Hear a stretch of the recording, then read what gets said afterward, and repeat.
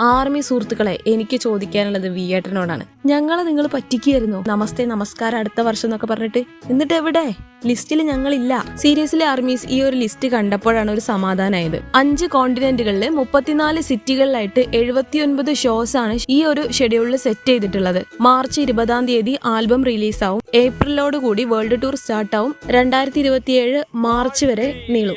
ഈ ലിസ്റ്റില് നമ്മളില്ല. BTS ഇന്ത്യയിലേക്ക് വരുന്നില്ല എന്ന് പൂർണ്ണമായിട്ടും അങ്ങനെ പറയാൻ പറ്റൂല.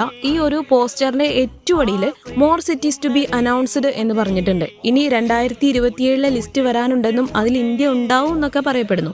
ആക്ച്വലി മനോരമയ്ക്ക് ഈ വാർത്ത മുന്നേ കിട്ടിയിട്ടുണ്ട്. അതുകൊണ്ട് എങ്ങനെ ടിക്കറ്റ് എടുക്കാം, ആർമി എന്തൊക്കെ അറിയണം എന്നുള്ള ഒരു ട്യൂട്ടോറിയൽ മനോരമ ഇട്ടിട്ടുണ്ട്. അതും പ്രീമിയം വരിക്കാർക്ക് മാത്രം. അത്രയ്ക്ക് എക്സ്ക്ലൂസീവ് ആണേ. ശരിക്കും BTS ഇന്ത്യയിലേക്ക് വരണ്ട എന്നാണ് എനിക്ക് പറയാനുള്ളത്. കാരണം കരൂരിൽ നടന്നതും മെസ്സി വന്നപ്പോൾ സംഭവിച്ചതും ഒക്കെ നമ്മൾ കണ്ടതാണല്ലോ. കഷ്ടപ്പെട്ട് ടിക്കറ്റ് എടുത്ത് കാണാൻ ചെന്നവർക്ക് മെസ്സിന്റെ പോലും കാണാൻ പറ്റില്ല. BTS വന്നാലും അതൊക്കെ തന്നെ ഉണ്ടാവുള്ളൂ. പൈസ ഉള്ള ഒരു കൺസേർട്ട് എവിടെയാ നടക്കണെന്ന് വെച്ചാൽ അവിടെ പോയി കാണട്ടെ. നമ്മളും കാണും ഫോണില്.